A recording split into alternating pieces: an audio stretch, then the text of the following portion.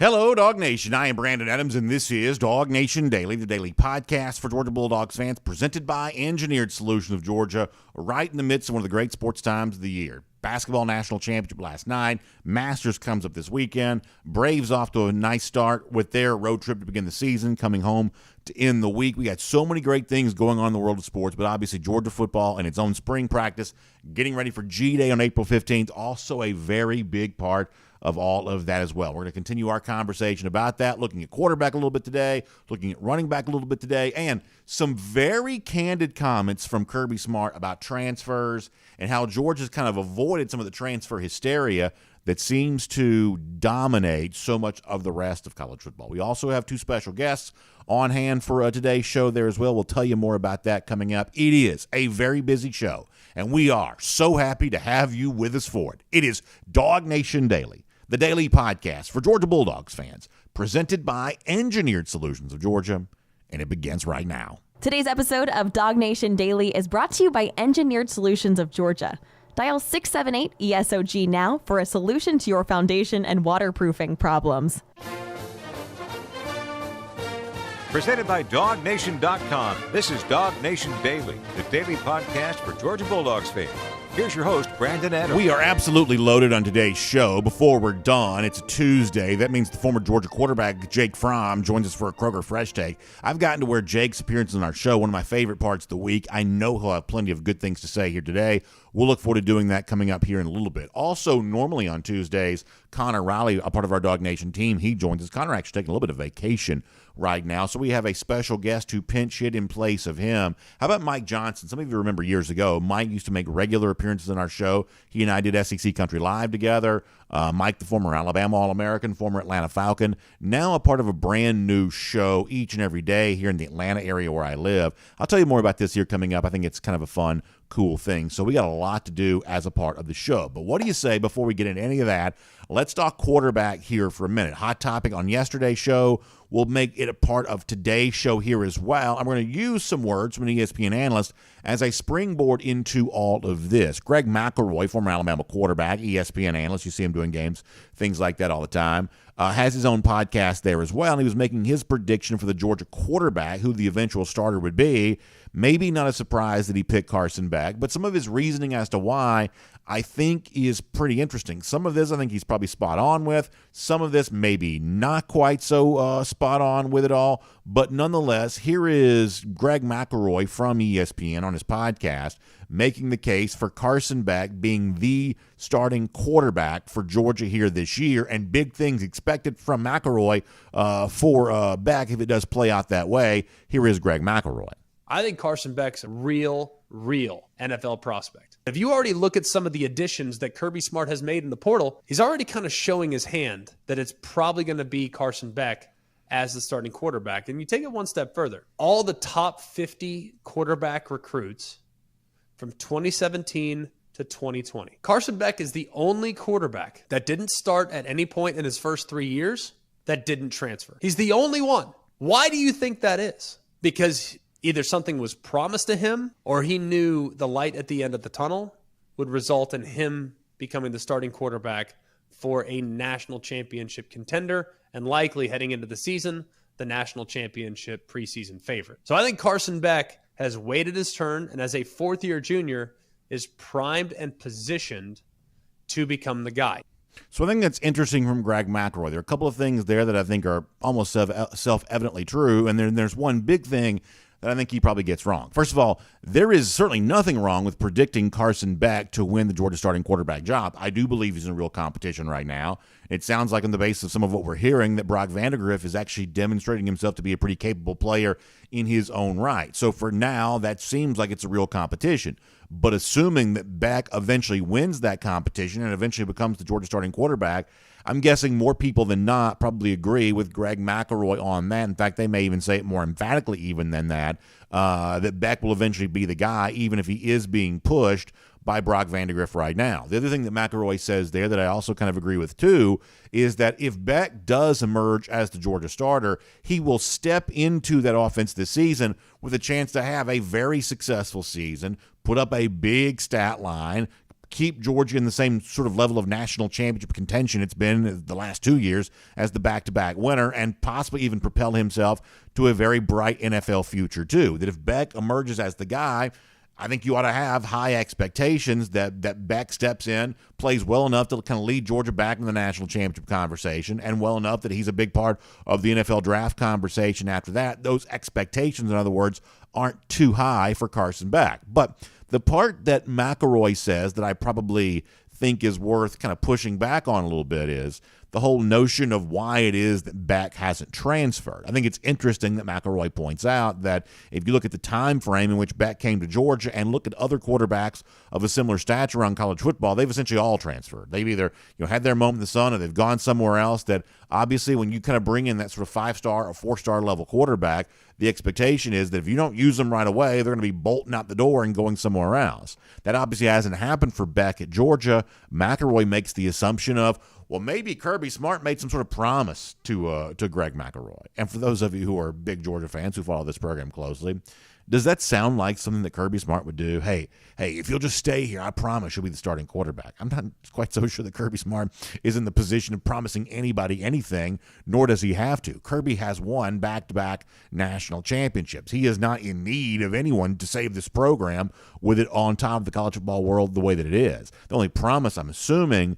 that Kirby's ever made to Beck is he'll have every chance to win the job in a competition, and we see that playing out right now. Now, over the course of the next couple of weeks prior to G-Day, it'll be interesting to see, or it may be interesting to hear, if somehow Beck is making some sort of big move towards not just distancing himself from Gunnar Stockton, which maybe seems to be taking place right now. Gunner's, after all, still really young, but also kind of potentially distancing himself from Brock Vandagriff there as well. We'll see if this happens over the course of the next couple of weeks. But the only promise we would assume that Kirby Smart makes is the promise to come here, get your chance to compete, and get your chance to show what you're all about. Credit to Beck for being patient with that.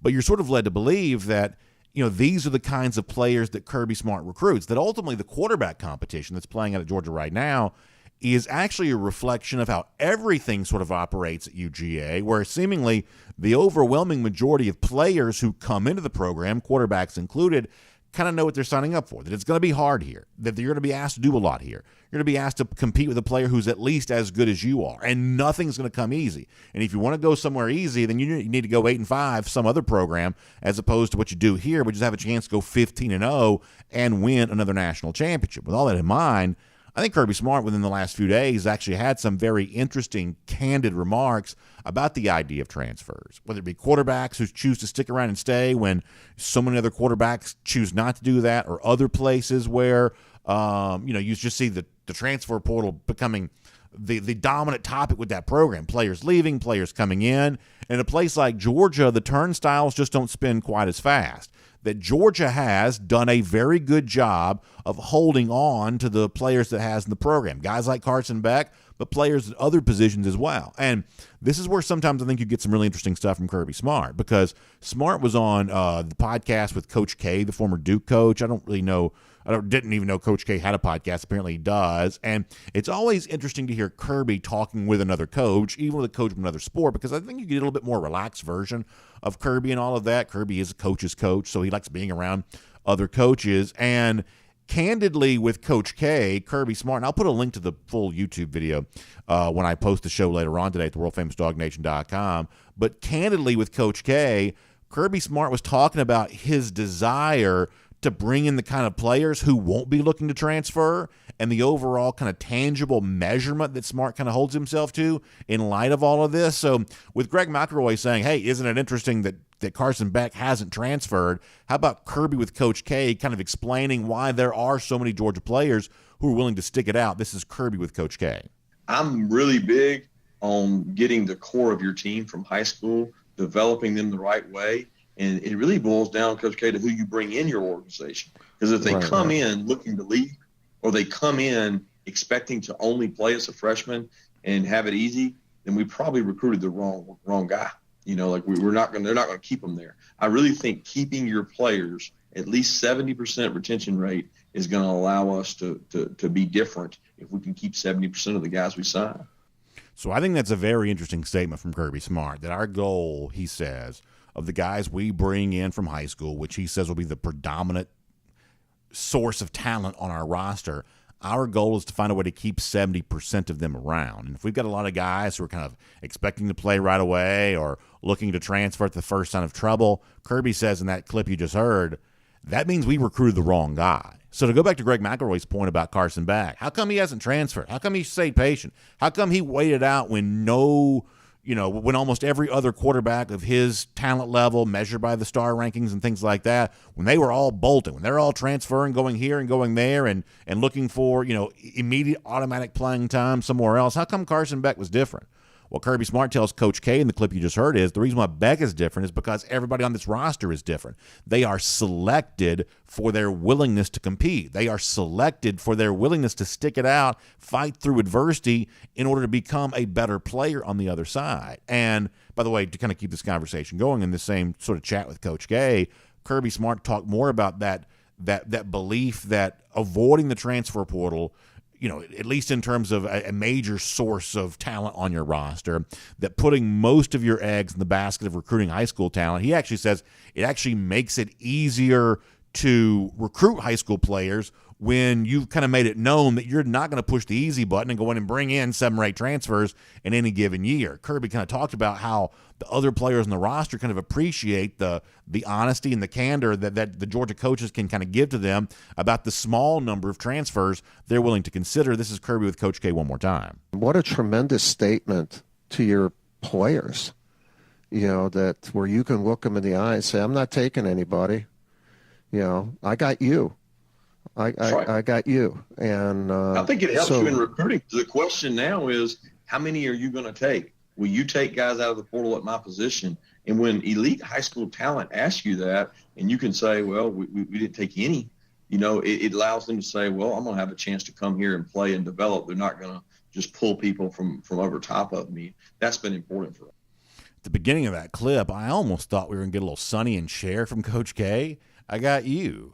This is going to give me like the I got you, babe. I got you, babe. If you notice that. Look, little Sonny and Cher from Coach K off the top there. But nonetheless, this is an example of sometimes what you get from Kirby Smart. Just like really genuine honesty that Georgia has been slow to want to take transfers. Not unwilling to take them. They did take 3 this year, including 2 at the wide receiver spot. They will take some transfers, but if you go back and look at the team that just won a national championship, that was not a team that was built by any transfers. And that kind of slow, sort of reluctant shopping in the transfer portal has made it easier to go out and make promises that you can keep to high school players. Not promises that eventually you'll be a starter and eventually going to be playing, but promise that you're going to have every chance to compete. We're not going to just go recruit some transfer over top of you and kind of bury on the depth chart. I think that's kind of stuff that matters. So when you look at a guy like Carson Beck, as Greg McElroy did, obviously I think McElroy's right when he says that Beck, if he does truly emerge as the starter, has a chance to be a very good player, has a chance to lead Georgia to a 3rd straight national championship, and then be in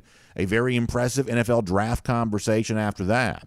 But as far as why Beck hasn't transferred already and what Georgia may have promised him to keep him from doing that, I think you hear from Kirby Smart very candidly that Georgia's thing is it wants as many high school players as it can get. Talented guys who are willing to compete, work hard, and stick it out at a place like UGA. That's the kind of talent that Georgia seeks. And it's players like that, including Beck, who's shown incredible perseverance here thus far, that is why Georgia is back-to-back national champions and why they could win their 3rd straight here in 2023. My name's Brandon Adams, and this is DawgNation Daily, the daily podcast for Georgia Bulldogs fans. We are presented today by Engineered Solutions of Georgia, and we're happy to have you with us no matter how you get to us today, live on video, 10 a.m., Facebook, YouTube, Twitter, Twitch. We start even earlier than that on Athens Sports Radio. Actually, I'm getting my script messed up. We start earlier than that at DawgNation.com, the DawgNation app. That's 9:45 in the morning. We do that, called our First and 15. We are on the radio as well, noon, Athens Sports Radio 960 Rep. By now, some of y'all can say this better than I can. Of course, podcasts across all the various podcast platforms there as well. Just happy to have you choose the program no matter how you choose to access it, podcast, video, radio, whatever else. We're just really glad you're here. And a big thanks to our friends at Engineered Solutions of Georgia who make it all possible. Foundation waterproofing issues, that's what they help you with. And we just came across a weekend where there's a good bit of rain. There's a good bit of rain in my house yesterday there as well. For some of you, rain produces anxiety because you know you're going to be seeing signs of sort of wetness and dampness where you don't want it to be, basement, crawl space, garage, things like that. If that's what you find yourself facing, or if that's what you kind of deal with every time it rains, it's time to get to know my friends at Engineered Solutions of Georgia, because listen, they are a solutions-based company, and if you're dealing with that kind of waterproofing issue, problem, you need the house resealed, protected from the water there on the outside, ESOG is the name to know on this. You can give them a call at 678-ESOG now. That's 678-ESOG now. Also for foundation issues, and you know the signs of that. You go down to the basement, that concrete floor down there, you see that crack, you see the examples of the settling, or in the walls in your house, different places. You kind of see those cracks, and you know, ooh, this may not be very good. And maybe it's not, but it also might be a simple fix there as well, because if it is, Engineered Solutions of Georgia is going to tell you that. Simple fix to fix a simple problem. But if it's a little bit more complicated, all the more reason to have Engineered Solutions of Georgia on the job, because they have an entire team of engineers on staff to help you with your problem. There's nobody else in our market that puts that kind of resource to work for you. That is what Engineered Solutions of Georgia is all about. They're also proud partners of UGA. It is fun to support those who support the Dogs, and we are so appreciative of your support of ESOG there as well, because they've been long-time friends of ours here on DawgNation Daily for quite some time there as well. So give them a call, 678-ESOG now. That's 678-ESOG now for a solution to your foundation and your waterproofing issues. I told you before, it's Jake Fromm later on. It's Mike Johnson here coming up in a couple of minutes there as well. Prior to that, though, let's go around the doghouse. And we talk quarterbacks off the top. I want to look at a different position group for a minute here, but also on offense. You know, we have said plenty about the injury to running back Kendall Milton and what that means for the Georgia running back situation, with Dajon Edwards already banged up a little bit too, that all of a sudden, at least for spring, Georgia looks a little thin at the running back spot. But games that matter are still many months away, and so I don't know that anyone's too stressed out about this right now. In fact, the absence of Milton, the absence of Edwards, while they're working their way back to full health, is creating an opportunity for other Georgia running backs, and it could be those other Georgia running backs, in this case, Branson Robinson, Roderick Robinson, Branson a second-year player, Roderick an incoming true freshman. It sounds like they may be taking the most advantage of their opportunity here right now. As an example that kind of proves this point, let me let you hear Kirby Smart again, this time from his press conference on Saturday after Georgia had a spring scrimmage. Now, you're going to have the rat-a-tat-tat of typewriting on this. I understand that. The keyboard's going in full effect, but you can still hear Kirby as he talks about how they've had to pivot at the running back spot with Dajon banged up and Kendall Milton kind of dealing with an injury too. This is Kirby Smart giving you his evaluation of that position group here right now. Dajon's been dealing with a hamstring, so he's been in and out. I mean, he's hitting some good miles per hour. I think Dajon's really close and could have pushed it over the edge today to go to give us some more depth at back, but we didn't do that with the hopes that 2 days off, Sunday, Monday, we'll have him ready to go Tuesday. Obviously, Kendall's injury, he's out, but Branson did a good job, man. Branson had, I think we ended up getting around 10 carries for Branson and about 10 carries for Rod, which is a lot for us in the scrimmage. We tend to, the guys that haven't played in games in the fall, we try to get them 10 to 12 a scrimmage. The guys that have played a lot in games, we try to get them 4 to 5 a scrimmage. But those guys did a nice job.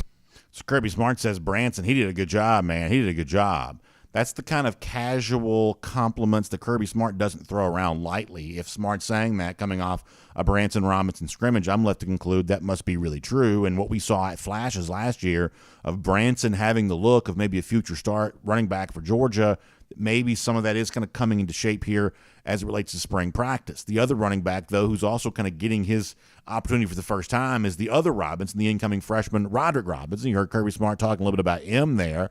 And this is one of those guys that Georgia fans, I think, are working as hard as they can to get to know as quickly as possible because of the sudden opportunity for maybe more playing time, certainly heading towards G-Day, but perhaps even making a name for himself that gives him a chance to be a bigger part of the story during this upcoming season, too. Exactly what does Roderick Robinson bring to the table? Well, you heard some of that from Kirby Smart, and you have in the past, but also one of his partners there in the running back position room, including Kendall Milton, who's kind of dealing with a little bit of an injury situation right now, as we've talked to you about. Well, when Kendall met with the reporters the other day, he talked about what he has seen from Roderick Robinson, kind of giving us a little bit more of an idea about exactly what Rod brings to the table in his first season at Georgia. Here's Kendall Milton.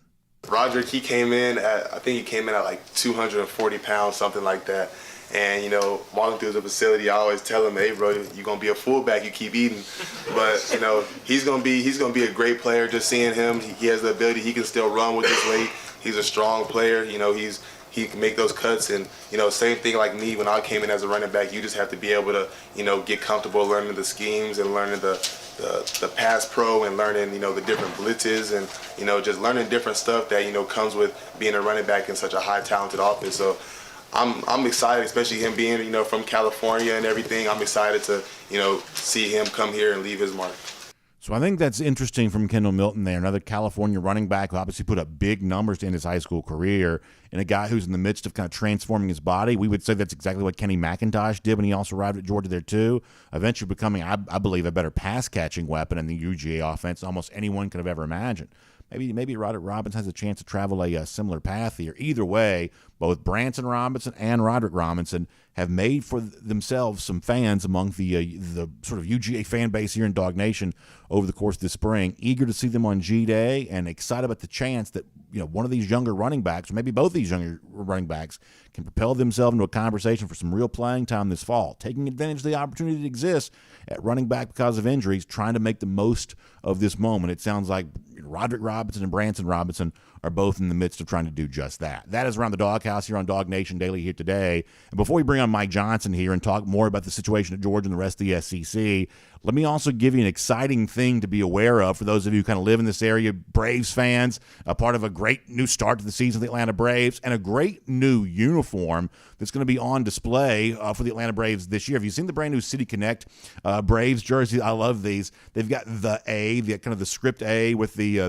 right next to it. You're going to be seeing the Braves wearing these each and every week. In fact, you have a chance to get your own brand new design that reflects this, kind of paying homage to Henry Aaron in the 1974 season, and obviously, the great, I sort of still think of as the record-setting, home run total, no matter what, Barry Bonds and, other guys did. I sort of think of 755 as the real home run record, and I sort of think of Hank Aaron kind of wearing that 1974 uniform, and obviously this Brave City Connect jersey is it's kind of patterned after all of that with kind of a new kind of modern flair. I can tell you my son has already seen these, and he wants one of these so bad. So you're going to be seeing the Braves wearing these, and you have a chance to kind of purchase your own City Connect Braves jersey there as well. If you go to braves.com/City Connect, you can find out more about this. Braves.com/City Connect. The Braves are going to wear these the first time coming up on April 8th, and then you can get your own to kind of wear that there too as the Braves kind of go through a great season. Already a great start. Take 2 or 3 from Washington. You win last night in St. Louis. Coming back at it tonight. So a lot going on with the Atlanta Braves right now, including a brand new uniform here for 2023. The City Connect jersey, kind of paying homage to Henry Aaron. Got the cool looking the A right there on the front of it. So go to braves.com/City Connect to find out a lot more on that. All right. Before we're done on today's show, it's former Georgia quarterback Jake Fromm. He's going to be here today. We'll talk to him about the competition taking place to be the guy that follows in the footsteps of Stetson Bennett here at Georgia. We'll do all of that with Jake here before we're done. But for now, a guy that's been a good friend of our show for a long time and a guy now a part of a brand new radio show that is a ton of fun there as well. Let's get all of that with Mike Johnson here right now on DawgNation Daily, presented by Engineered Solutions of Georgia. From Athens and across the SEC or wherever the recruiting trail may lead, here's a DawgNation.com insider. Yeah, Mike was kind of one of our DawgNation insiders for a long time, and it's great to have him back on the program here now, and great to be hearing him on the radio in Atlanta each and every morning now. Mike, how you enjoying waking up in the morning? You doing okay with that? That's a little earlier wake-up call than the typical football player probably would have gotten when you were playing with the Atlanta Falcons. What's the early wake-up call been like? Dude, first of all, good to talk to you, man. Lots of coffee, lots of caffeine, and a scheduled nap time after our radio show is over. So my alarm's about 3:45 a.m. right now, and good thing is I'm done with work by about 9 a.m. So I get a little mid-afternoon nap. Well, that's always good. I understand that. I know I'm probably interrupting that right now, but nonetheless, we're glad to have you as part of the show today. And I, look back on all those years in which you and I were talking college football, and I've always enjoyed our conversations. Obviously, a lot of our audience is aware of the fact that you won a national championship. You were an All-American there in Alabama. And when you and I were kind of first having some of these college football conversations together, that was early days for Kirby Smart, trying to build what Alabama had been. And, now you've got Georgia as kind of a back-to-back national champion. From your vantage point, what's it been like seeing Georgia, figure out how to put all this together and figure out how to have the success they've enjoyed here and really kind of put themselves, kind of at the forefront of the college football conversation. What has it been like for you watching this take place for a guy in Kirby Smart that, at one point in time in your football career you knew very well? Yeah, I remember talking to you about Kirby Smart when he was hired, and I've had other coaches that I played under that have gone to different places and didn't seem to fit. I mean, you and I used to have conversations about Jim McElwain at Florida. I mean, there's a guy from Eastern Washington that's trying to take over in Gainesville and recruit South Florida. Yeah. Jeremy Pruitt obviously landing at Tennessee. That's a Bama guy landing at the University of Tennessee, and doesn't seem to quite fit. But I remember talking to you about Kirby Smart when he took over at the helm in Athens, and just how excited I was for him and the opportunity, because I think everybody in the college football world knew that University of Georgia was just a sleeping giant. It's just a dynasty waiting to happen. And I've had a number of friends that have gone through that program, and they've had success here and there before Kirby Smart, but nothing to the height that they've gotten recently. So it's been insane. Being around the city of Atlanta for close to 13 years now, and seeing the growth out of that program, and seeing Kirby just become the elite head coach in college football. I mean, he's really putting himself up there on the Mount Rushmore of coaches in college football, and I just think the sky's the limit. I mean, I remember sitting on our show a few years back and just saying, hey, buckle up, Georgia fans, because you're getting ready to start a dynasty.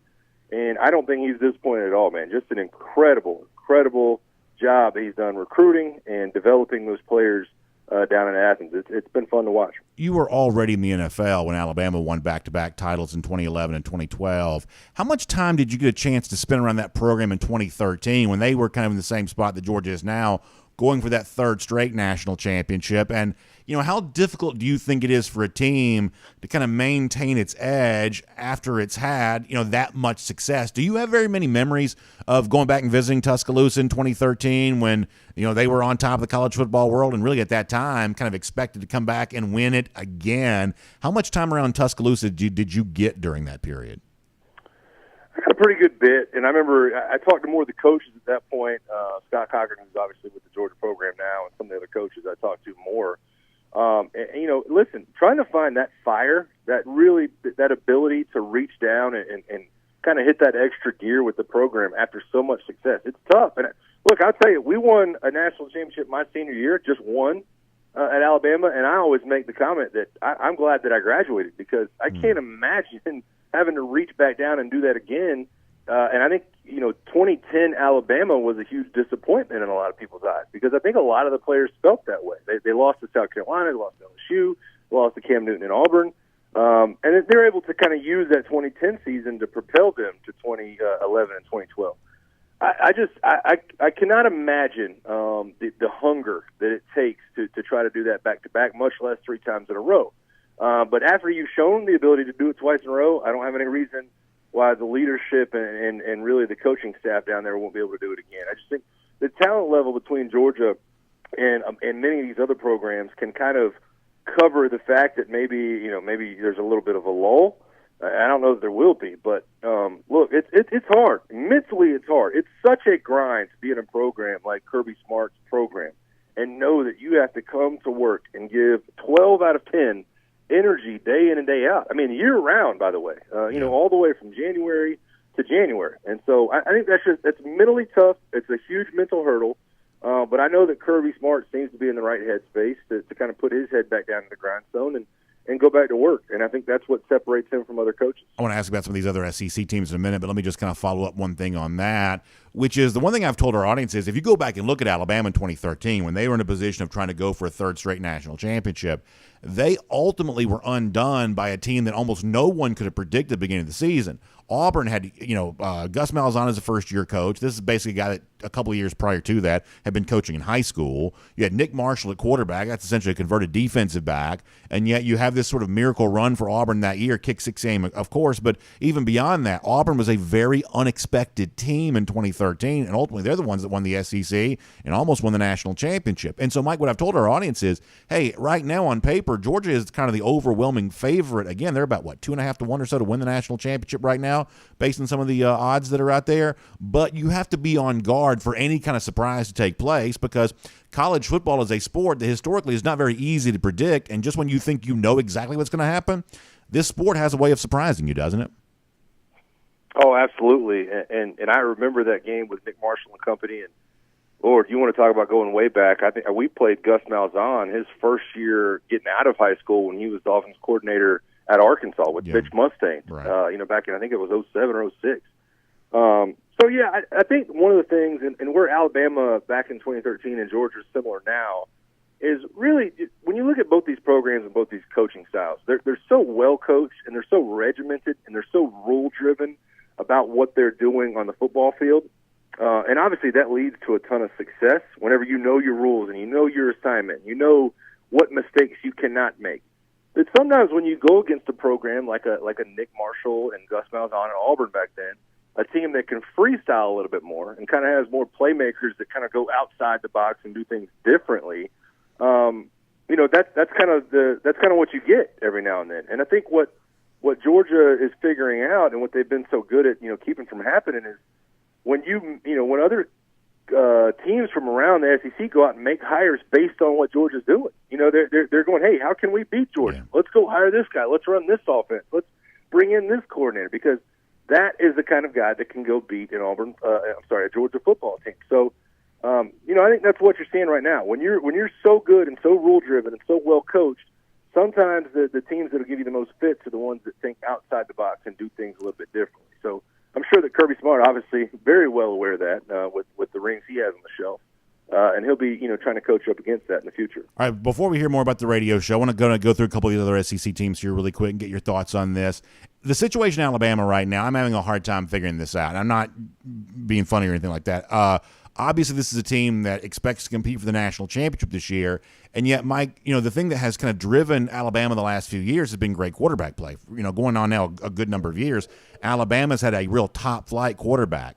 I can't quite tell what's going on with this competition right now between Jalen Milroe, who we did see last year, and Ty Simpson, who we haven't seen as much of, but at one point in time was a big-time prospect. It seems like at one point I thought a lot of Alabama fans assumed that Simpson was going to overtake Milroe, but thus far this spring it feels like it's been a little quiet on the Simpson front. And maybe no news is good news and he ends up being a great player, but it seems like the chatter about the next Alabama starting quarterback is kind of quiet right now. Do you have a better sense of what's going on there?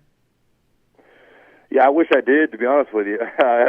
A lot of people ask me this question, and I don't have any insight right now. And I think really the year I kind of go back to, and I've always referred back to, is 2016, when really you had a quarterback battle at Alabama, and the starter ended up being Blake Barnett, I think against USC that year. And then you go into the second half of that game, that opener, and into week 2, and it's Jalen Hurts. And I think that really – I think things are going to shake out much further down the road than they are right now. And I think that Nick Saban usually does a good job, as Kirby Smart has done as well in some of his quarterback battles, of letting things kind of play out and saying, hey, look, we're the kind of place that I don't need elite quarterback play all the time. I need you not to make huge mistakes. Let's go back to the offensive line. Let's go back to the running game. Let's go play into our defense's hands. And obviously that's been the blueprint for Kirby Smart for a long time, and that's always been Nick Saban's blueprint. So I think that any time that you have a situation where you're in spring and one guy's kind of, got some reps under his belt and the other guy's got the new flashy arm and a little bit of swag about him, I think Nick Saban just does a good job of kind of tamping down the expectations and saying, hey, let's just wait a minute. Let's get into week 1, week 2, and make sure things are a little bit different. Do you think that Tennessee can take the next step playing as little defense as they do? I'm sorry, can you repeat that? I said, do you think Tennessee can take the next step as a program playing as little defense as they seem to play? Well, I think when you look at Tennessee, Brandon, I think it's just all about recruiting.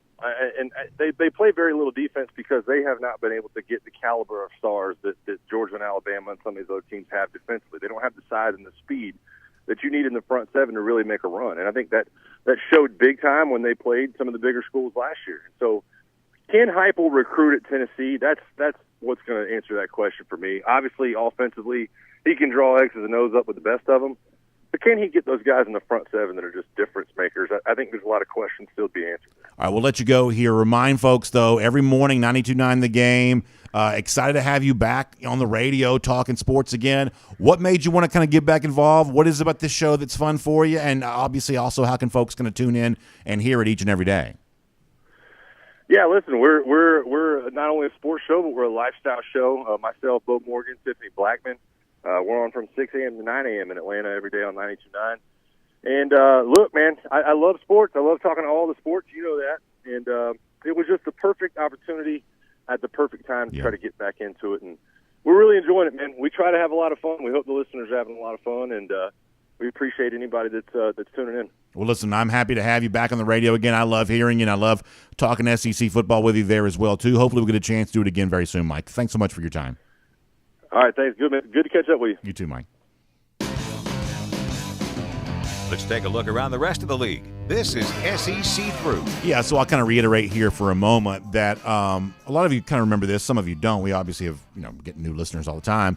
But years ago, you want to go back to like 2016, 2017 into 2018 is when we were doing this. So 16, 17, 18, I guess the years would have been. Mike and I did a show together called SEC Country Live. And love working with Mike. Mike's just a great guy to work with. I think you see there. He's got a really, thoughtful perspective on the SEC. He was always a really valuable guy to have for our show back then because he had known Kirby Smart and he had known Scott Cochran very well. And he'd kind of seen what they had done for Alabama. He was on the opposite side of the ball, but he'd seen that. And so, we kind of used Mike as a very big resource at the time in which Kirby Smart was kind of building up the program and saying, okay, so this is the place that Kirby's at right now. And, Mike could kind of talk about kind of taking that next step as a program. And at times I remember, even though he was an Alabama guy, I remember him kind of coming on the show and saying some very valuable things about, what was going on there at UGA. And obviously now Georgia's gone on to great success. And now we got Mike back on the show again, talking about some stuff right there. Just kind of fun how it all kind of comes back together there. So great to have Mike as a part of the show here today. And you can check him out each and every morning on the radio there, 92.9 The Game. We'll get Jake Fromm, the former Georgia quarterback, coming up here in a couple of minutes there as well. Before that, though, we're going to go cruise around the SEC, courtesy of Royal Caribbean. And speaking of Royal Caribbean, we are getting excited about being on board Independence of the Seas. We had a Golden Shoe winner yesterday who was also getting ready to be on Independence of the Seas. He's going to be on there in June, so he's not going to be on the DawgNation cruise coming up. But he told us, hey, and this was on Twitter yesterday, he used Jessica Slater as his travel agent to help get him booked up on all that. He said that she took really good care of him. I'm always happy to hear that.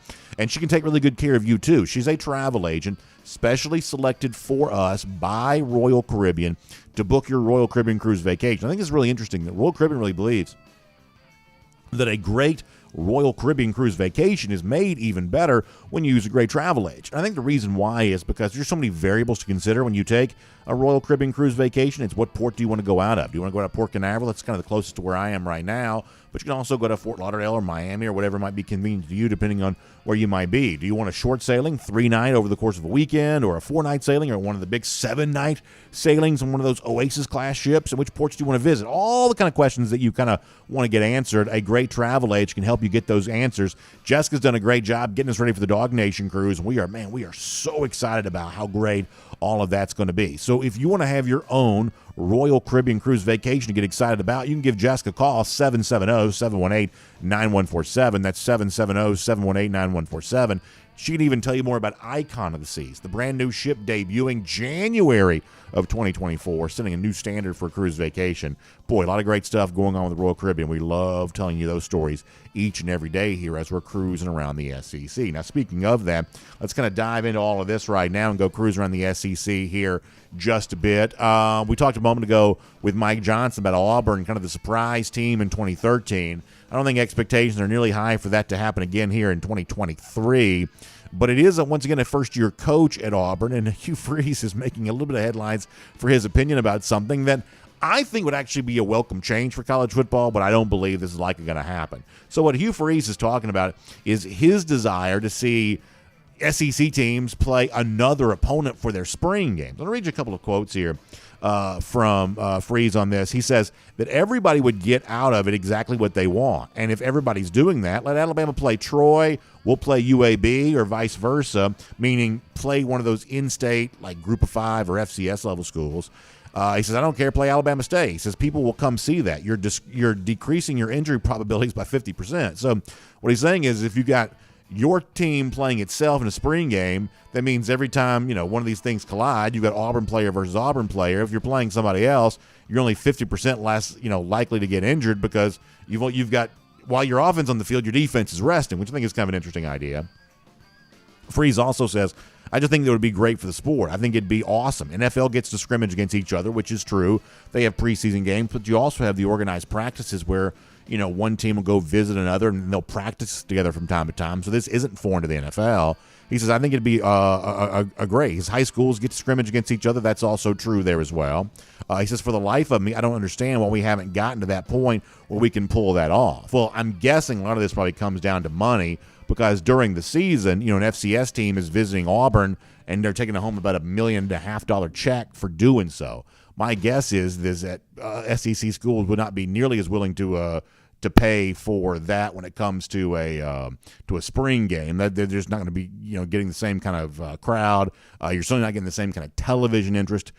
Georgia's the only spring game thus far that's going to be on TV here this year. The rest of them are all streaming internet. So you don't have the TV rights dollars flowing in for this on a spring game basis, which is probably why you don't hear more serious conversation about this taking place. But if we're kind of moving into a world in the future where you're looking at fewer games to be played against FCS and Group of 5 level teams, and this might be one of the ways in which you kind of bring that back as part of the sport. Because fast forward into the future on the Georgia schedule, in a few years, as it currently stands, Georgia's got non-conference games scheduled with 3 different Power 5 opponents. That means you've essentially eliminated FCS Group of 5 level games.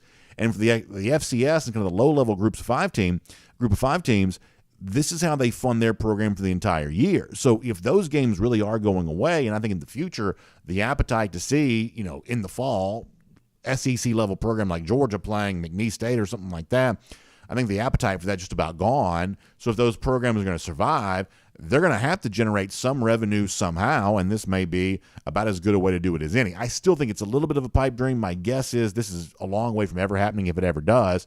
But it's kind of interesting to see a guy like Hugh Freeze, who's the coach at Auburn. He has a little bit of a platform to speak on here. It's kind of interesting to hear him speaking up so openly about this. Now, the other funny thing on the subject is that Alabama would hate this. Auburn says, hey, we'll play UAB, we'll play Troy. I mean, Alabama has made a big deal in its program history about not playing schools like UAB. Alabama is not about helping the in-state schools. They're just not. So this, while it may be kind of a wild hair idea that Hugh Freeze sort of likes, it also has the convenient byproduct here of also kind of needling Alabama too, because even pre-Nick Saban, Alabama has not been in the habit of helping out its in-state schools. There's a lot been written over the years about the kind of the boardroom rivalry that exists between UAB and Alabama, dating back to the time of Bear Bryant. So the thought of Alabama looking to help one of these in-state schools with the spring game, I don't think that's going to be coming anytime soon, but it is interesting to hear Hugh Freeze say he wouldn't mind doing it. I'll also mention this. Interesting news coming out of Florida where there's a quarterback, 2025, Austin Simmons. He's a 4-star, kind of ranked in the top 100 in the country. He is getting ready to make his commitment announcement. And this is interesting for a couple of reasons. He comes from a part of Florida that's known as the Muck. I was not familiar with this as a kind of a phrase, but it's called the Muck. So he's from Pahokee, Florida. I guess that area of the state's called the Muck. And Austin Simmons is a running quarterback, so his nickname is Muck Vic, which I think is really funny. So Muck Vic, or his given name, Austin Simmons, is getting ready to make his commitment announcement, and a lot of folks think he's going to commit to Florida. But what's also interesting here is if you look at Gators fans on message boards and things like that, they are the belief that Austin Simmons, otherwise known as Muck Vic, is going to also reclassify. There's a chance, I don't know if this is true or not, but Gators fans seem to be of the belief that Simmons may reclassify 2 classes early and potentially join the class of 2023. So if you go to some of these Florida social media chats or message boards, things like that, there's some Florida fans who think that Simmons may be starting a quarterback for them before the end of the season. I don't know if there's any tangible reporting out there that Simmons is really thinking about reclassifying, but the fact that Florida fans are talking about this so much gives you an idea of a couple of things. A, they are more than ready to turn the page on the Jaden Rashada debacle from the class of 2023, but also they are not excited about the future of Graham Mertz or Jack Miller or any of the other Florida quarterbacks if they are this hopeful that a 2025 quarterback might reclassify 2 classes ahead to join their current team in time for the 2023 season. A little bit of a mess coming out of Gainesville there on that. Florida fans desperate for whatever good news they can get. So they'll be watching here this week to see if Austin Simmons does pull the trigger on a Florida commit. Seems like a lot of folks are saying he's going to. By the way, speaking of quarterbacks, how about a 5-star of the class of 2024? Jaden Davis, as expected, has committed to Michigan. Now, a couple of things are interesting here. Obviously, Georgia has put all of its eggs in the Dylan Raiola basket. We know that for a fact now. You saw you see Jaden Davis going to Michigan. You see Jake Merklier made his commit here recently. Go back to when Julian Sayin committed to Alabama. Georgia has been content to let all those quarterbacks do what they're going to do. Georgia has been solely focused on Raiola. So pretty clearly, Georgia thinks there's one quarterback in this class that's far better than any other, and Georgia also a little bit more content to kind of focus its efforts on Raiola, not really hedging itself whatsoever. Now, they do have a commitment, obviously, from Ryan Puglisi, but when it comes to kind of like that front-end quarterback battle here, Georgia pretty squarely on Raiola right now, which is obviously a really interesting thing a year after they didn't quite work out with Arch Manning, but Georgia not dissuade to kind of go back down the same path with a guy like Raiola here right now. Official visit expected to come at the beginning of June, and then we'll see what happens after that. But Georgia content to let another elite 2024 quarterback make his decision. Now, the other thing you got to point out here is that Michigan's actually recruiting pretty well right now. We talked about the other day with Jeff Sintel about going into like Cincinnati and getting a running back commit and getting Jaden Davis here right now. That for all the chatter about Jim Harbaugh, will he leave? Will he go to the NFL? He's interviewed with NFL jobs now 2 years in a row.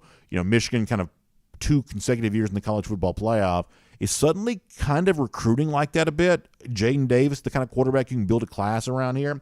So pretty interesting recruiting success there as it relates to Jim Harbaugh and Michigan. Getting Davis is a pretty big deal. And this ongoing comparison between Michigan and Ohio State, I don't think there's any doubt in my mind, that there's more recruiting momentum seemingly with Michigan at the moment than there is with Ohio State. Something to kind of keep in mind there. And then finally, we'll mention this. Last night, the NCAA men's basketball tournament came to an end. And UConn, who I don't know that I would have expected this prior to the tournament beginning, they end up going on one of the most dominant runs anybody's gone through in, I guess, recent tournament history, right? I mean, they got a brief challenge from San Diego State last night. But other than that, they completely ran through the entire tournament, winning, 5th championship in program history. And I think suddenly you talk about a UConn team that all of a sudden you have to consider right up there with the blue bloods of the sport. This has now become a very, very successful, historic basketball program after Danny Hurley led the Huskies to a national championship last night. So I think it was a fun NCAA tournament. I don't follow college basketball quite as closely as I used to, but when I was tuned into these games over the course of the month of March, they were all pretty good, pretty enjoyable, and UConn goes on a historic run here to win a 5th championship, dominating every team they played for the most part, really, rarely challenged at all in this tournament. So impressive there. And by the way, last night was also the conclusion of the career of Jim Nantz calling these games. A very touching video I saw last night. They played I always like the One Shining Moment, that song they play on CBS at the end of the broadcast where you're kind of showing the highlights, you get the song. Is it Peebo Bryson who sings that? No, that's not Peebo Bryson. Anyway, you've got the One Shining Moment. You've got that video, and there was video last night of Nantz in Houston, which is where obviously he went to college. Went to college in Houston. He's there in Houston, watching that video from down the floor. Basically, that was his kind of moment of saying goodbye to a tournament that he's called for a long time. He's not going anywhere at CBS. Still going to call the Masters. He'll do that this weekend. Obviously staying involved in the NFL there as well, just saying goodbye to his college basketball coverage. So Jim Nantz got a chance to do that last night, and that was really kind of a touching end to a great career there. So that is good there on that. Will make that cruising around the SEC, courtesy of Royal Caribbean. Now, we are efforting to catch up with Jake Fromm here. We'll get him coming up in just a moment. Jake's always a fun guy to have on the show. When we bring Jake on, one of the things that we're going to do is kind of get back into some of what we talked about off the top of today's program, which is when you're a quarterback making a decision to come to a place like Georgia, or if you're Carson Beck making a decision to stay at Georgia. What's that conversation like, that communication like between you and coaches as you make that choice? And like the one thing that we have tried to point out a lot here is is that the knee-jerk reaction that the moment that something doesn't go well for me, I'm better off bolting, I'm better off transferring. The knee-jerk reaction on something like that oftentimes proves to be incorrect, and sometimes that decision to be a little more patient actually ends up being the better decision. The example we've given a couple times here is, look at what's happening at Ole Miss right now. Ole Miss had a transfer at quarterback a year ago, Jackson Dart, who came over from USC. And he came with a lot of fanfare. This is back when Lane Kiffin was sort of first establishing himself as sort of the master of the transfer portal, the guy that probably was manipulating the transfer portal better than almost anybody else. You bring in Jackson Dart from USC. There's always a little bit of extra emphasis that a quarterback from USC is going to have. We experienced that here at Georgia when JT Daniels arrived. And Dart did become the Ole Miss starter this past year. But I would say that the overall level of play for Ole Miss at quarterback was kind of only okay. That he actually had a battle with Luke Altmaier to even win the job. And once he won it, the level of play was just sort of kind of okay. It was okay, but it was not great. And so now you fast forward to 2023, and Jackson Dart, who was once the herald of transfer, well, now he finds himself in a quarterback competition with two other pretty high-profile transfers. You got a young quarterback in Walker Howard from LSU, but you've also got a guy, Spencer Sanders from Oklahoma State, who has played a lot, and for the most part, for the Cowboys out there, he's played pretty well. So all of a sudden now at Ole Miss, and by the way, Ole Miss is on the Georgia schedule, all of a sudden now you've got three quarterbacks, all of them in their own right, relatively high-profile transfers, and two of them are not going to play. And I do think in the future we are going to see more examples of the high-profile transfer quarterback who ends up not winning that starting job at the place that he goes, because in some respects, you've got more programs looking to take multiple transfer quarterbacks you've ever had in the past. And so I think that Carson Beck has been wise to allow himself to be patient at Georgia, allow this opportunity to come to him. And you look at other proofs of concept here. An example that I've given you in the past, a guy like Mac Jones. When Mac Jones signed with Alabama in the class of 2017, he wasn't even the most famous quarterback in that signing class for Alabama. That's the same year that Tua Tagovailoa came into the program. So at one point in time, you had Jalen Hurts there, you had Tua Tagovailoa there, and Mac Jones was kind of the afterthought. And when it's all said and done, what Jones did in 2020, albeit in a pandemic year, but nonetheless, what Jones did in 2020 ended up being about as prolific as any quarterback has been in the SEC, maybe with the exception of Joe Burrow. And that's what happens when, in the case of Mac Jones, when he chose to be patient. He's buried in the depth chart. A lot of folks thought his time there at Alabama would never come. And yet when it's all said and done, he was a national champion. He was a first-round pick. And his patience at Alabama was rewarded. Now, I know it sounds self-serving to say that about this situation here at UGA, but we could be in the midst of seeing this. That Carson Beck, who probably after not getting his chance in 2021, kind of passed over for Stetson Bennett for that game against UAB. Bennett goes on to have the historic career after that. A lot of people would have totally forgiven Beck if he grew impatient. If he said, hey, my best chance to play is somewhere else because I've gotten passed over by Stetson Bennett now here a couple of years. So let me go somewhere else. For whatever reason, that's not what Carson Beck has done. For whatever reason, Carson Beck has chose to be patient. He's chose to stick it out. He's chose to stay around and compete. And it could be, much like a guy like Mac Jones in the past, that patience is eventually going to be rewarded. I'll also tell you this, and by the way, if you're wondering, we tried to catch up with Jake Fromm. We may have a little bit of a phone issue in connecting with Jake. If that be the case, we'll try to bring him to you there at some point in time in the future. We'll give him a couple more minutes, and if we have to talk to Jake later on, we'll just do that. But I'm going to kind of tap dance here for a moment just to see if something changes. Something else that's kind of interesting about Jake Fromm right now, not Jake Fromm, I should say Carson Beck right now is that Beck is actually, I believe, expected to speak to reporters here this week. Now, a lot of times you don't really care about media stuff as it involves, Georgia football and things like that. But what's interesting about this is that oftentimes, Kirby Smart's been kind of reluctant to put quarterbacks who haven't been kind of officially named the starter or not really officially being treated as the starting quarterback. At times, Kirby's been pretty reluctant to put those guys in front of the media. But in the case of Beck, him getting his moment here right now might be a little bit of a signal that, hey, thus far during the spring, Carson, even though he's in a competition with Brock Vandagriff, is doing what Georgia has wanted him to do, doing what Mike Bobo and Kirby Smart have wanted him to do. And in the midst of this competition ongoing with Brock Vandagriff, Beck may be taking the necessary steps to eventually being named as the starting quarterback. So that may be what we're in the midst of seeing here right now.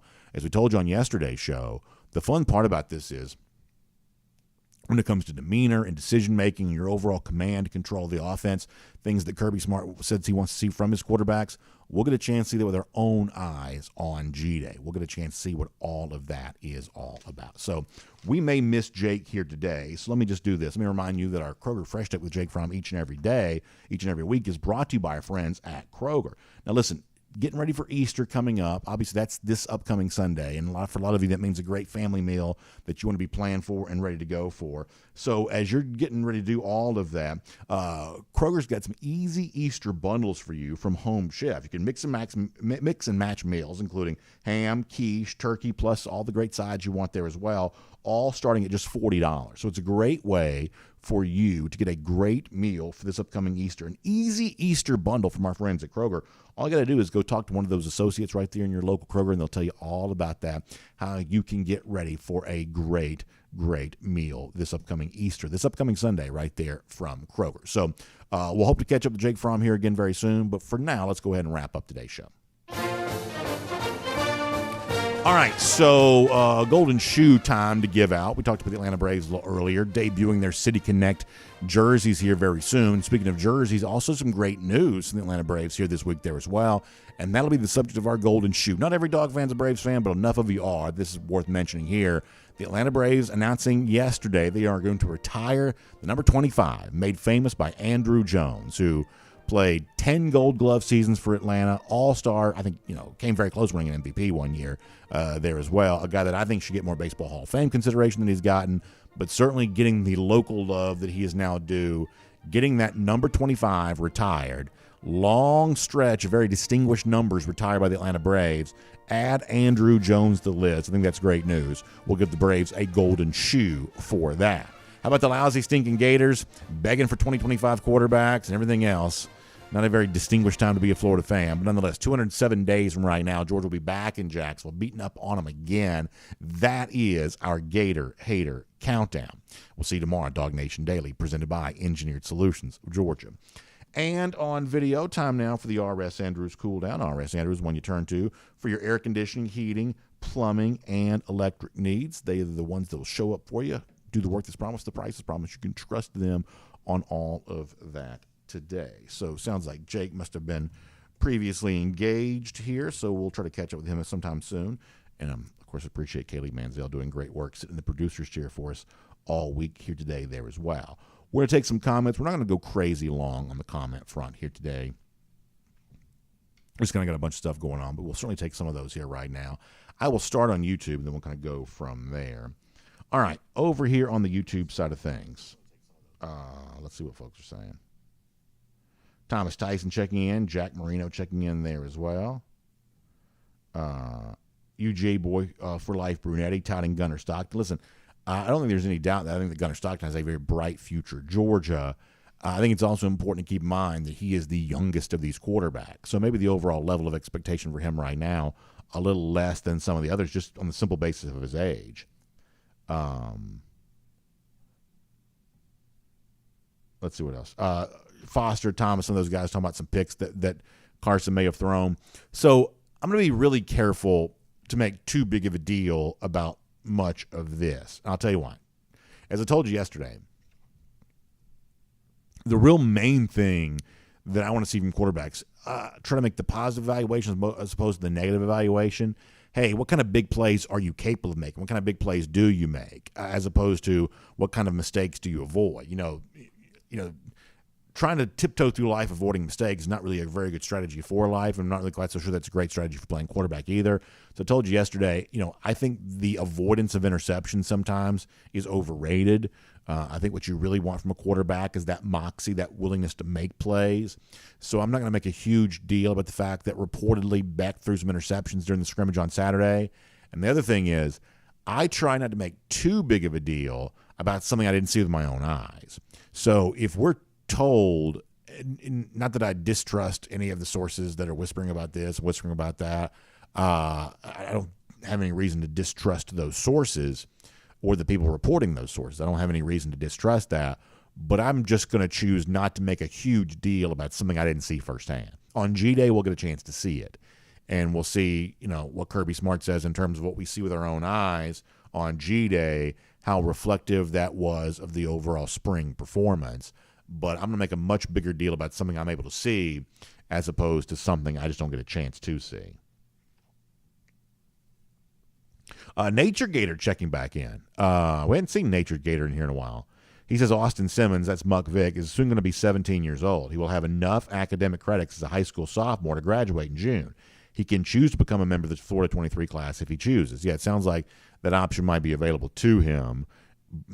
So, Florida fans hoping he will do that because they're apparently not very excited about Graham Mertz. So good to have Nature Gator back in the comment section. We've missed him. Let's see what else. Spencer Clark on the subject of A.D. Mitchell out there at Texas. Yeah, there was interesting, we may talk about this tomorrow. Dennis Dodd had an interesting column with some quotes from Steve Sarkisian about how he's managing that quarterback battle. And, somebody told me that the other day, like, I'm glad Arch Manning didn't come to Georgia. Too much hysteria. Certainly there is going to be a lot of hysteria around that Texas quarterback competition. Seems like there already is. And it's one of those things that if you're not careful could become a distraction from the fact that what Texas really needs is not to choose between Quinn Ewers and Arch Manning. What Texas really needs to do is identify a quarterback that actually help them win a few more games they won this past year. And so I think for a program like Texas that just needs to take advantage of its last year in the Big 12, as Jim Ross would say, business is about to pick up in a mighty way once they get to the SEC in 2024. This is your last easy season. And so having a quarterback, whether it be Quinn or Arch, more important to win some games here in 2023 than it is to kind of, further the, the Arch Manning hype or anything like that. DMart42 says Carson wasn't ready when he was told he was the starter against UAB and struggles. I'm sure Kirby's happy testing his resilience in April instead of September. Yeah, maybe that's the case. And, there were obviously, a lot of leaks, prior to that game against UAB in 2021 that Carson was going to be the starter. I think you got to be really careful with a lot of stuff like that because, once again, you got kind of a game of telephone that gets played. And, oftentimes the prevailing rumors end up not being true. Jonathan Aaron, I did see this there as well.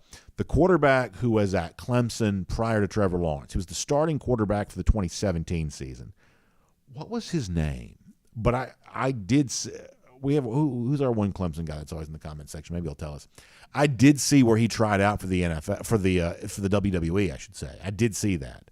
I'm blanking on his name, but I did see where he tried out for WWE. I did see that. Let's see what else. Jack Marino says if these kids are able to graduate their sophomore year in high school, then they're just giving away diplomas. Honestly, I don't know. I mean, it sounds like the kid's a pretty good student. I did read that. Some also back in my day, I thought like 4.0 was like the highest GPA you could have. I guess his GPA is like 5.3 or something like that, which I was not a very good student anyway. So a lot of that's kind of meaningless to me. But I think that what you have now is a lot of these guys, kids in high school, have a lot of discretion over the courses they take. It's almost, and it functions, I guess, a little bit more like a college situation does. That's not how it was when I was in high school back in the dark ages. But it sounds like he could graduate. But, this idea that, a guy who's about to be 17, would somehow be eligible for Florida this year, I just think that's a pipe dream.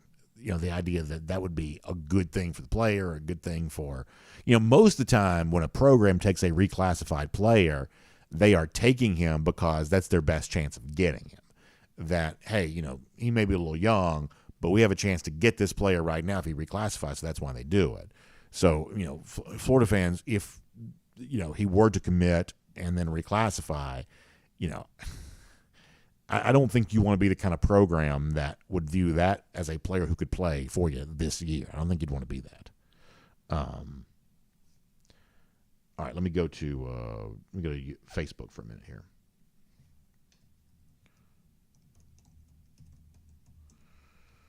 All right, on Facebook.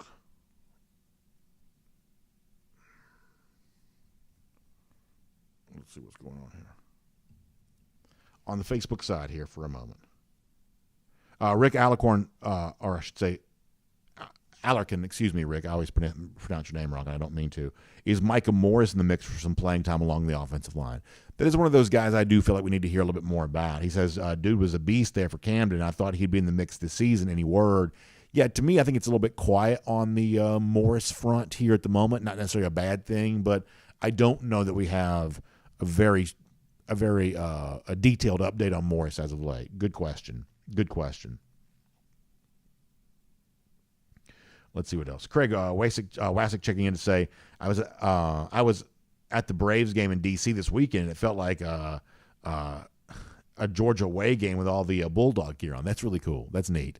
It's always amazing to me how many Braves fans you see on the road. That's always really fun. And I guess for a lot of, Braves fans / Georgia fans, that trip up to Washington, pretty easy trip to make. It's a very short flight. You can drive it in probably 10 and a half hours. So Washington, not a very tough place to get to. Sounds like a lot of Georgians headed up there, which is great. Denise White-Loper says it's Miriam Corbin's birthday. Miriam, happy birthday to you. That is incredible to hear. Hope you're getting ready for a great celebration, and I hope you're enjoying it even right now. We wish you a happy birthday indeed, Miriam, for sure. Let me get a couple of the other comments. Randy Hall. No, it wasn't Kyle Parker. It was the guy that started for him in 2017. I don't know why I'm blanking on his name.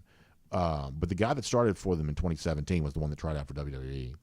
Brandon Griffin says, Kirby values experience at quarterback. As long as Beck isn't being careless with the ball, I think it's his job to lose. Yeah, that's been kind of the phrase that's been used a few times, that, certainly he's got sort of first crack at earning this, and then if he doesn't take advantage of that, then maybe something happens after that. Marshall Fleming says, for the Gunner fans on here, he's not going to start this year. He would have to be far and away the best quarterback to start, because both Brock and Beck would transfer, and Gunner would be our only quarterback, and Kirby does not want to be in that position again. I think there's a sense in which that the challenge for Gunner would be most sort of the more uphill challenge. He's just younger. Now, ultimately, I do believe if Gunner was by far and away the best quarterback, I do believe that Georgia would start him. I think that your overall point of these three quarterbacks, the one who would be most likely to transfer if he wasn't named starter would be Carson Beck, because at that point in time, he would wait around a good number of years. And if he were to be passed over again, well, he may just truly see the writing on the wall. So if he were not named a starter, he would probably be the most likely of that group to maybe transfer. You're probably right. In the case of Gunner, for the opposite reason, I think he's the least likely to transfer. I think that Gunner has a very bright future at Georgia. I really do. I think eventually Gunner Stockton is likely Georgia's starting quarterback. If that doesn't come this year, I don't think that's any big deal. I think what you've kind of seen with Georgia here over the course of the last year is after a lot of chaos at quarterback, and some of that chaos was just kind of generated by the pandemic, which generated a lot of chaos across the board in sports. What I think you're seeing Georgia return to is a certain sense of normalcy with its quarterback, where maybe this quarterback competition is going to be won by the oldest guy in the room, which sets up Brock Vandagriff after that, which maybe sets up Gunner Stockton after that, or whatever else. You may be seeing a sense of normalcy return to the Georgia quarterback situation, which might not be a bad thing. All right, let's see what else. Kelly Bryant. Alan, thank you very much. Kelly Bryant is the former Clemson quarterback who tried out for WWE. I don't know if he, aced the tryout or whatever else, but that's the one, Alan. Kelly Bryant had a WWE tryout. There's a whole bunch of, former college athletes that kind of got their, WWE tryout. Let's see what else. Joseph Kennedy. Yeah, I saw John Cena the other night. By the way, Cody got totally buried on Raw last night. So much for his day at the top of WWE. Keith Old says Gunner Stockton knew the depth we had at quarterback, and he still wanted to be a dog. I love that. Yeah, I think what you see right now is I think there are a handful of quarterbacks who are showing you they're actually a little bit more comfortable waiting. There was a period a few years ago where the thought was, oh my gosh, if you got this quarterback, you got to play him right away. Maybe that's kind of what Justin Fields expected to have happen here at UGA. But there are other examples of, like Bryce Young was not a starter his first year at Alabama. He sat the bench, and then he went on to be, he may end up being the number one overall pick. That was a guy that showed you some patience was worth it. C.J. Stroud showed some patience at Ohio State. But we actually have a little bit more of a track record lately where great college quarterbacks have sat and waited. They have been patient. They have watched and waited. They've learned from watching. And so, in Gunner Stockton's case, him being okay with needing to be patient kind of puts him in pretty good company because some very good college quarterbacks have been kind of okay with the same thing.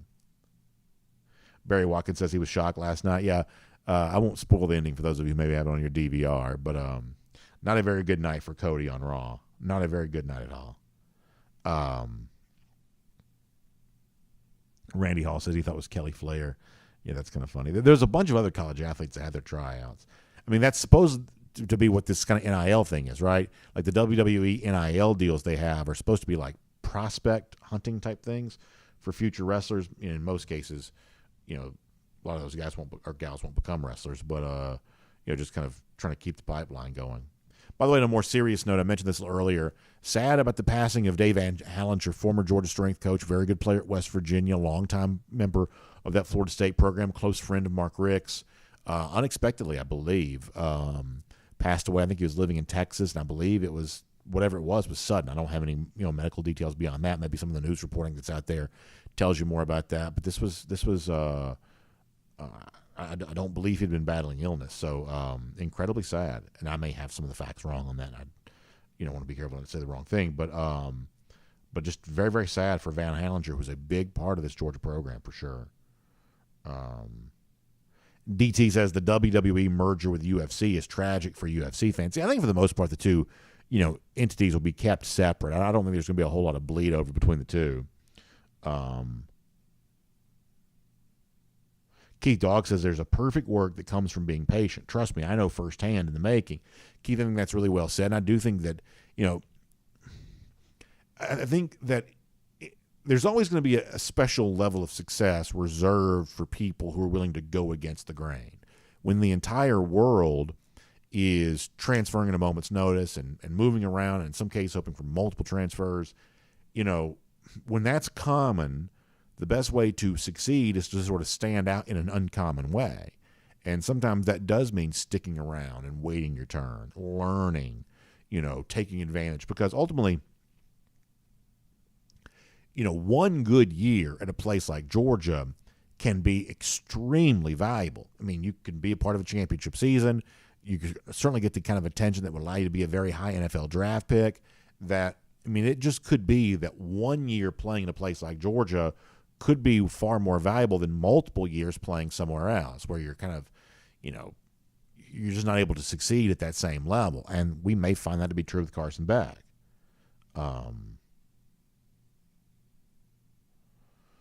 Bill Russell says, is the league office going to release the 2024 schedule this summer? We might need to get reservations in Austin, Baton Rouge, etc.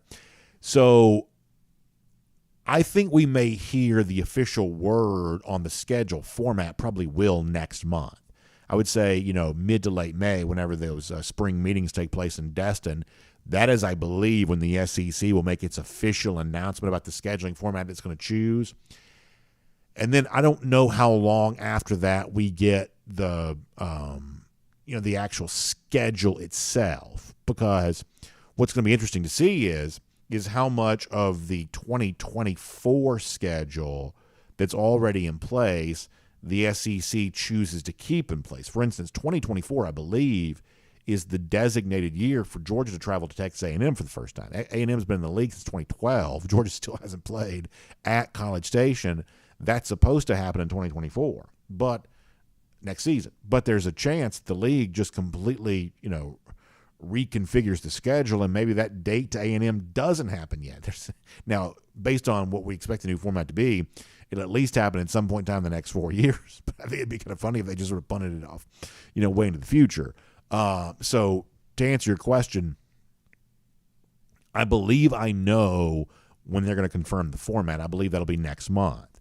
How soon after that do we get an SEC schedule? I'm not quite so sure. But I'm like you, for people who have to make their plans and things like that, finding out the schedule sooner rather than later would probably be a good thing. Senior Dog 54, also on the subject of patience, Brian Snicker. Snicker's the guy who waited a long time to be a major league manager. And now he's going to go down as one of the most beloved Atlanta Braves of all time. That's a great example of that, Senior Dog. Great example of that. Ken Holcomb also, I like this line. He says, a golden glover for a golden shoe. I should have made that connection myself, but that's very good, Ken. He says, great choice. Best center fielder I've ever seen. Bobby Cox said that he played Jones through a slump at the plate because he has hits in his glove. That's about right, Ken. Very well said. Very well said. Johnny Surf Dog says Brock Bowers will throw a double pass for a touchdown this season. That's his hot take. I could see that. Yeah, I mean, they kind of did the throwback play on the 2-point conversion against LSU. I could see Brock Bowers doing something like that, and that could only add to his Heisman, be a Heisman-type play for him. I could see that. All right, back on YouTube. We'll take one more trip to the comments section.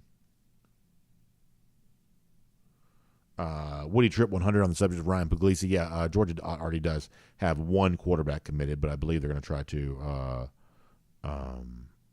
get another one here too. Foster Moss. No, I did not see Cena last night. I was flipping back and forth between Raw, Braves, tournament. So I didn't see Cena on Raw last night. So I have to go find that. I didn't see Cena on Raw last night. Let's see what else.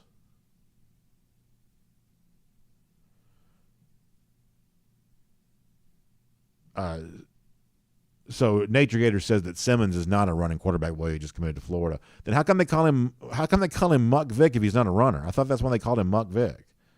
I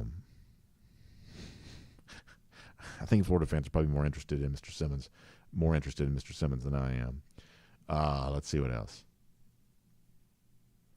A lot of folks in here talking about all kinds of things. Brandon Griffin on the subject of Alabama putting its hope in fragile players was something we've talked about before. I was kind of thinking about that. How do you feel if you're an Alabama fan? And the biggest question about Bryce Young going to the NFL draft is how small he is. And you just realize how much Alabama's program has changed. When it wasn't that long ago that Alabama was putting guys like Derrick Henry in the NFL, guys who are huge for their position. All of a sudden now the kind of defining player for the program, the face of the program, is a guy like Bryce Young, who's openly being asked, this guy's just simply too small, too thin, too short. It just sort of speaks out Alabama has changed as a program. The face of the program now is a player who's, even among, a smaller position in general, kind of small for the position. Changed it for sure. Foster Moss says, I didn't get it. What did I not get? What did I not get? Oh, the you can't see me thing. Oh yeah. I know that's been a big deal in sports this week. Let me tell you something. I've never been more happy not to be involved in a sports conversation than the whole you can't see me deal. I find all of that to be tedious. Let's see what else.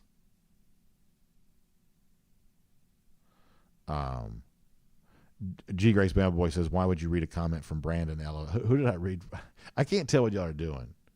I clearly y'all are having some fun at my expense, but I can't tell what it's for. All right.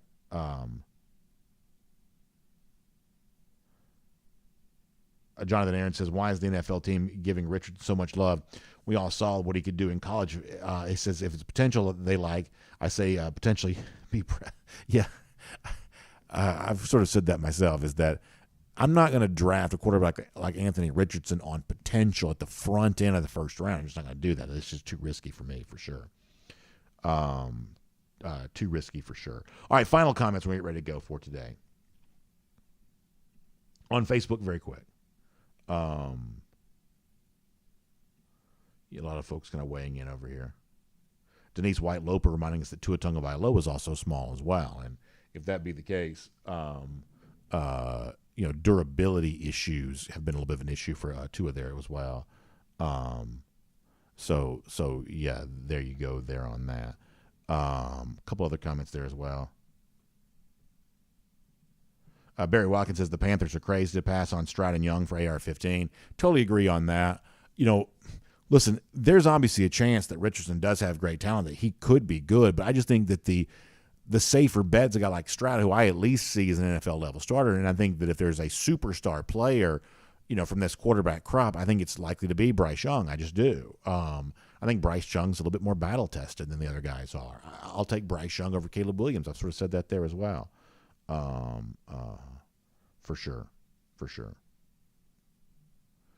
Nick Roundtree says, has there ever been a back-to-back Mackey Award winner? I see Bowers making history this season. If not, I think that's a good question. I don't know if that has ever happened. That's a really good question.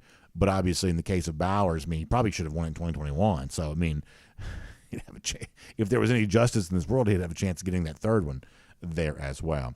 All right, we're going to wrap up for now. Y'all check out the AJC online, ajc.com. Great coverage of the Masters coming up. Always beautiful photos out of Augusta. Now, we'll see if the weather holds up for enough pretty photos. But no doubt, great Masters coverage, and obviously there's a bunch of crazy stuff going on in the news there too. If you want the serious news stuff, you can get all of that online, ajc.com there as well. We'll leave that alone, though.